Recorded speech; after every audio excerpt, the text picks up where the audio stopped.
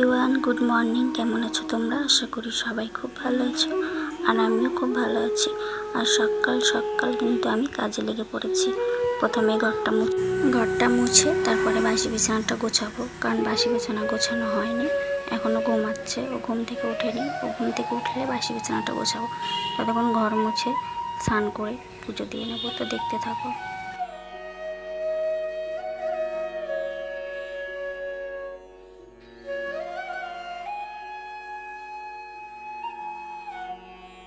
আমার কিন্তু ঘর মোছা প্রায় হয়ে গেছে। এবার যাব বিছানা গোছাতে, তারপরে স্নান করব।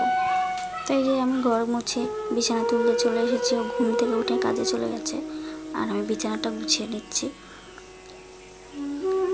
আর আজকে কিন্তু খুব সুন্দর রোদ দিয়েছে, তো ভাবছি বালিশগুলো রোদ্দুরে দিয়ে দেবো, কারণ অনেক দিন বালিশগুলো রোদ্দুরে দেওয়া হয়নি, বালিশগুলো শক্ত হয়ে গেছে। তো আজকে বালিশগুলো রোদ্দুরে দিয়ে নেব। আর কিছু কাচাকুচি আছে, বিছানা চাদরগুলো কেচে নেব। আর আমরা কিন্তু রাত্রিবেলা এখনও কাঁথা গায়ে দিই, কারণ ফ্যান চলে, রাত্রিবেলা একটু শীত করে, ওই জন্য ও একটা কাঁথা গায়ে দেয়। আর আমি বিছানাটা ভালো করে গুছিয়ে নিই। তোমরা ততক্ষণ দেখতে থাকো।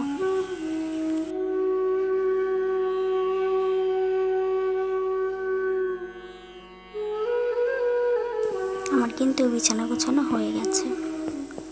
আর এই দেখো, খুব সুন্দর রোদ দিয়েছিল, আর এই দিয়ে দেখো বৃষ্টিও শুরু হয়ে গেছে। আমার কপালে কি বলবো, খালি বৃষ্টি আছে। আর বৃষ্টির মধ্যে আমার বর দেখো কত বড় একটা কুচে ধরে এনেছে। আর এই দেখো বৃষ্টি থামতে না থামতে রান্নাঘরে চলে এসেছি রান্না করতে।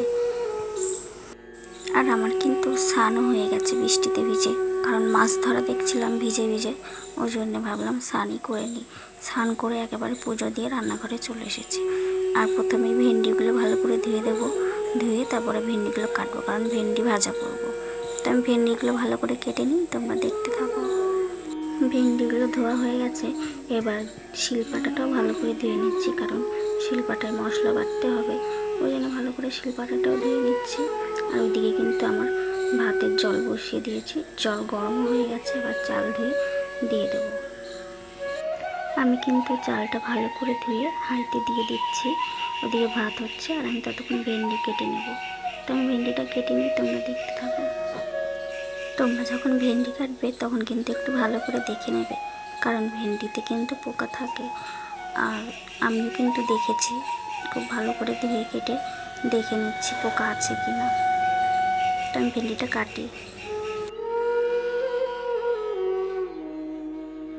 আর ভেন্ডিটা কাটতে কাটতে আমার ওইদিকে উনুনটাও নিভে যাচ্ছে, ওই জন্য এক হাত দিয়ে উনুনটাও ঝাল ধুয়ে দিচ্ছি পাটকাঠি দিয়ে।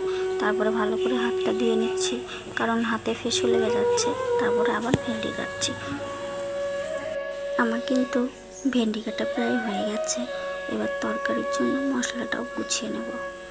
তো এই যে ভেন্ডি কাটা হয়ে গেছে, আর এই যে ভোলা মাছ। এবার আমি ভোলা মাছের জন্য সবজিটাও কেটে নেব। আর আজকে হচ্ছে ভেন্ডি ভাজা আর ভোলা মাছ দিয়ে কচু, আলু আর পটল দিয়ে তরকারি।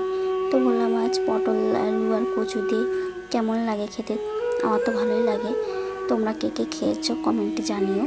তো আমি সবজিটা কেটে নিই, তোমরা দেখতে থাকো। আর আজকের ভিডিওটা কেমন হয়েছে কমেন্ট করে জানাতে একদমই ভুলবে না। তোমাদের কমেন্ট করতে আমার খুব ভালো লাগে। এর আগের ভিডিওতে একটা দিদিভাই আমাকে কমেন্ট করে জানিয়েছে যে আমি যে ভয়েসগুলো দিই, মানে কি বলবো বলো তো, আশেপাশে গাড়ি ঘোড়া, বাচ্চা কাচ্চার আওয়াজ, অনেক কিছুরই আওয়াজ আসে। কি করব, কোথাও তো গিয়ে আর এডিট করার মানে জায়গা নেই বলো, আমার ঘর ছাড়া। ওই জন্য আমি দিনের বেলায় তো আমি এডিটটা করে নিই। তো আমার সবজি কাটা হয়ে গেছে, কড়াই তেল দিয়ে দিচ্ছি। এবার মাছটা ভেজে নেব, তারপরে ওই কড়াইতেই ভেন্ডিটাও ভেজে নেব। তো আমার মাছ ভাজা হয়ে গেছে, ওই কড়াইতে ভেন্ডিটা ভেজে নিচ্ছি। তারপরে তরকারিটা বসিয়ে নেবো। এই যে সবজি কেটে নিয়েছি, তো দেখতে দেখতে ভেন্ডিটাও ভাজা হয়ে গেছে। আর এই যে তরকারিটাও কিন্তু আমি বসিয়ে দিয়েছি। আর দেখো বৃষ্টিতে আমাদের ঘরের পিছনের পুকুরগুলো কী অবস্থা করেছে, একদম জল ভরে গেছে। আর আমি এখন যাচ্ছি আমার বরের কাছে, ওকে ডাকতেও, ভাত খাবে। ও আমাদেরই পাট কাটছে ওইখানে। আর এই যে আমাদের এখানে কলা গাছ লাগিয়েছে, এগুলো আমাদেরই জমি। ওই যে দেখতে পাচ্ছ, ও ওইখানে পাট কাটছে। আমি ওকে ডাকতে যাচ্ছি, কারণ ও ভাত খাবে, ভাত রান্না আমার হয়ে গেছে। তো এই যে ও পাট কাটছে আর আমি এখানে দাঁড়িয়ে দাঁড়িয়ে ওর সাথে গল্প করছি। আর এই যে অর্ধেক পাট কাটা হয়ে গেছে, একটা জমিতে আর একটা জমিতে পাট কাটছে।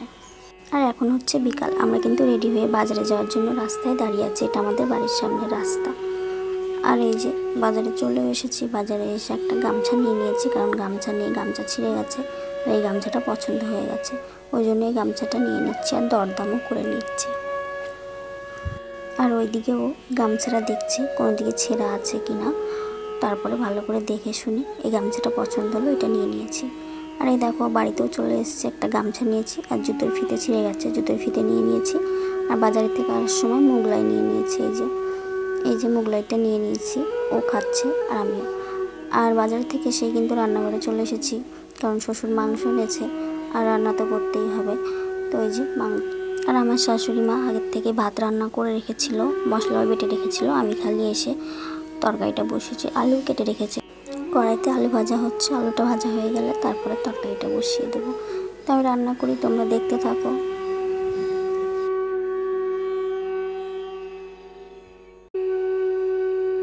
আর উনুনটা দেখো রাত্রেবেলায় কি জ্বালাচ্ছে, খালি নিভে যাচ্ছে, খালি নিভে যাচ্ছে। তো এই যে আবার ডিশলাইট ঢুকে, ডিশলাইটটাও ভিজে গেছে, এই যে ধরিয়ে দিয়েছি। তা দেখতে থাকো, রান্না করি। তো আমার আলু ভাজা কিন্তু প্রায় হয়ে গেছে। আর এই যে আলু ভাজাটা হচ্ছে, এবার নামিয়ে দেব। আলু ভাজাটা নামিয়ে নিয়েছি। আর এই যে মাংসের জন্য পেঁয়াজ কেটে রেখেছিলাম, সেই পেঁয়াজটাকেও দিয়ে দিচ্ছি, ভালো করে ভেজে নেব। তারপরে মাংসটা দিয়ে দেব, মশলা দিয়ে কষিয়ে তারপরে জল ঢেলে দেবো। তো এই যে লবণ দিয়ে দিলাম, এবার মশলা দিয়ে দেবো, মশলা দিয়ে ভালো করে কষিয়ে নেব, তারপরে মাংসটা ঢেলে দেবো। তো মশলা কষানো হয়ে গেছে, এবার মাংসটা দিয়ে দিলাম, দিয়ে ভালো করে কষিয়ে নেব, তারপরে জল ঢেলে নেব। তো আমি রান্না করি, তোমরা দেখতে থাকো ততক্ষণ। তো আমার চ্যানেলে যারা নতুন আছো তাড়াতাড়ি চ্যানেলটা সাবস্ক্রাইব করে দাও, আর ভিডিওটা ভালো লাগলে একটা লাইক করে দাও, কমেন্ট করে জানাও কেমন হয়েছে।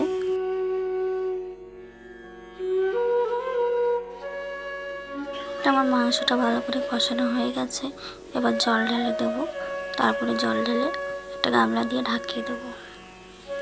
ভিডিওটা এখানেই শেষ করছি, দেখা হচ্ছে নেক্সট ব্লগে। ভালো লাগলে একটা লাইক করে দিও, কমেন্ট করে জানিও কেমন হয়।